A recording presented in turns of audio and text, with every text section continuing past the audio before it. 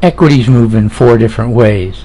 They cycle, they trend, they cycle within a trend, and they consolidate. Discretionary trading indicators must be able to detect all 4 of these movements and do so early enough to be profitable. I think we can agree that overbought, oversold conditions are more important in intraday trading than in end-of-day trading. I think we can also agree that overbought, oversold are relative conditions. That being the case, you should agree that fixed or static overbought, oversold lines are not accurate. Since overbought and oversold are relative terms, it just makes sense that overbought, oversold levels should be dynamic, not fixed. And that's why I created the SwingCycle VB indicator.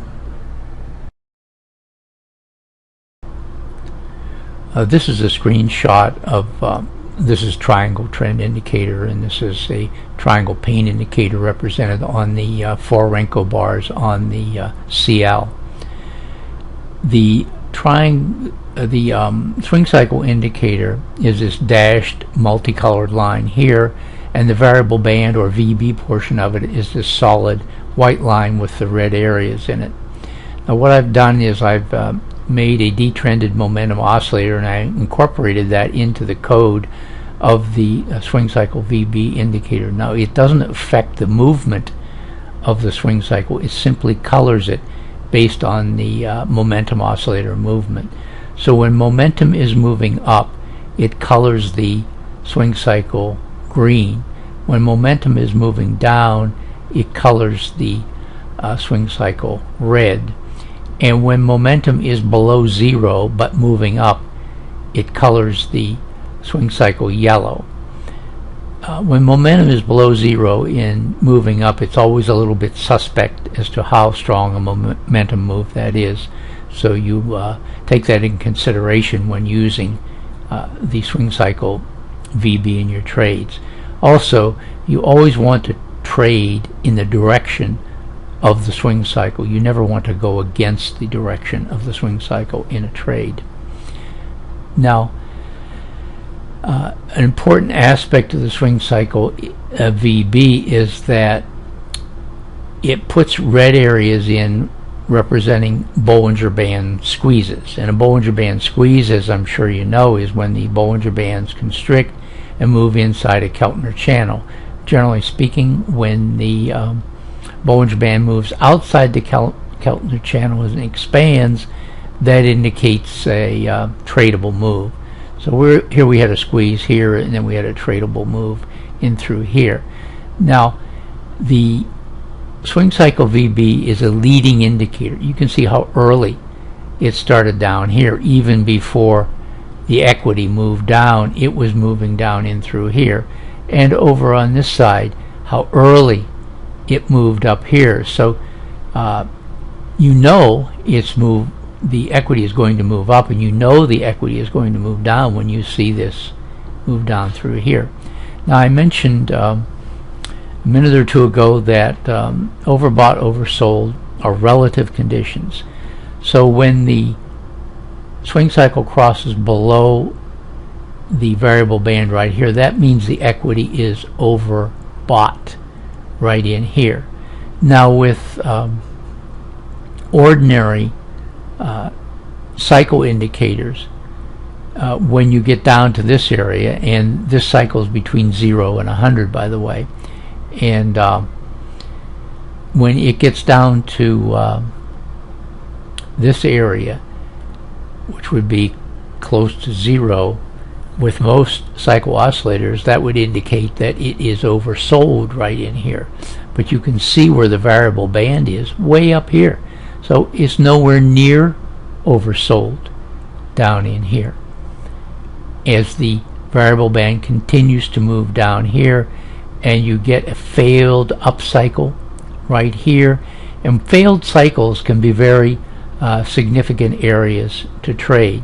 So you get a very weak failed upcycle here, it starts back down, and this is a good place to go short on the equity as this is moving down through here, and the variable band continues on down here. Now here it crosses, shoots up well above the variable band, so this means this is oversold right in here.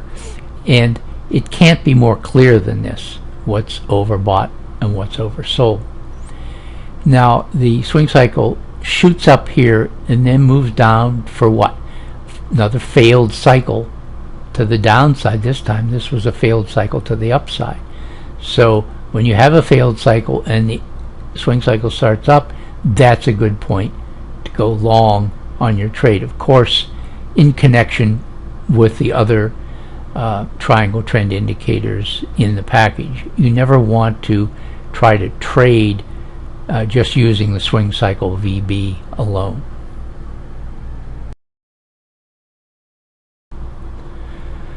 Now here's another screenshot of the SwingCycle VB. It's on the ES4 Renko. And remember, I said that overbought, oversold are relative terms. So here is oversold right here, relatively speaking, as the swing cycle crosses above the variable band here, and you've got squeeze ending right in here. So this could be a tradable move up here. By the way, these are just dots represent yesterday's close and today's open. And you get a little bit of a retracement in the swing cycle right here, and then like a failed down cycle, you could call it. Then it goes up here, and then you get a pretty big squeeze right in through here, and suddenly the swing cycle shoots way down here and turns red. And you can see how early this comes down. Now here are two points right here, and so it's at the same level it was over here, but the swing cycle drops way down below it here. So this is overbought right in here as it crosses below the swing cycle, as it crosses below the variable band rather. So this would be an area where you could go short again, depending on the other indicators in the package. And once again, with ordinary oscillators, this would represent an oversold area, but you can see you're not anywhere near oversold right in here when the swing cycle moves down here. And it's not until you get down to this area and the swing cycle crosses above the variable band here that shows this is clearly oversold. And if you're short here, you would want to get out of this, because you know the equity is going to go up right in through here.